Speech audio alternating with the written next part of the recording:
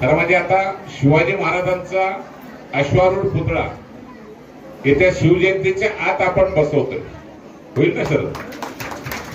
आणि 15 ते 17च्या दरम्यान आपण राज्याच्या मुख्यमंत्र्यांना त्यांना त्या अश्वारूढ पुतळ्याला बसवण्यासाठी घेऊन येतोय। त्याच वेळेला आपण आपल्या बदलापूर गावातला रस्ता हा एक चांगल्या प्रकारचा शिवकालीन रस्ता बनवण्याचा एक चांगला प्रस्ताव तयार केलेला आहे।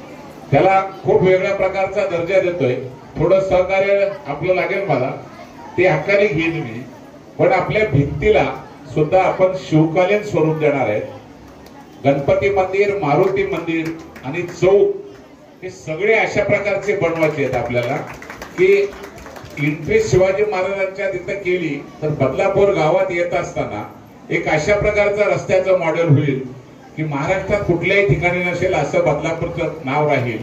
आणि त्या गावाचं नाव सुद्धा आपण आपल्या बदलापूर गावाच्या ऐवजी शिवकालीन बदलापूर गाव अशा प्रकारचं त्याचा नामोल्लेख करायचा प्रयत्न करतोय आपण, जेणेकरून शिवाजी महाराजांचं मंदिर असलेलं गाव हे पहिलं होतंय। आपलं मंदिराचं काम सुरू होतंय शिवाजी महाराजांचं, ते पण लगेच चालू होतंय ना काहीतरी। त्याला एक पैसे दिलेत आपण, 1.25 कोटी रुपये दिलेत नाक्यावरचं।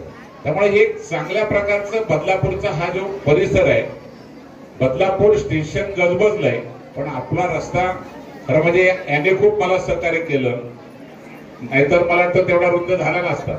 मी हक्काने घेतली ती, पण अजूनही चांगल्या पद्धतीने करण्याचा प्रयत्न करतोय, कारण खूप चांगल्या प्रकारचं तिथे मॉडेल बनवण्याचा प्रयत्न करतोय। मध्ये त्या चौकामध्ये आपण एक अशा प्रकारचा स्तंभ उभा करतोय, शिवाजी महाराजांना जो ध्वज आहे तो भगवा ध्वज त्या ठिकाणी आपण किमान 100 फुटाचा करावा अशा प्रकारचं शरद तेली यांना सूचना केलेली आहे, जेणेकरून एक वेगळं बदलापूर कसं घडेल याच्यावर आता लक्ष यावर्षी आपण करण्याचा प्रयत्न करतो।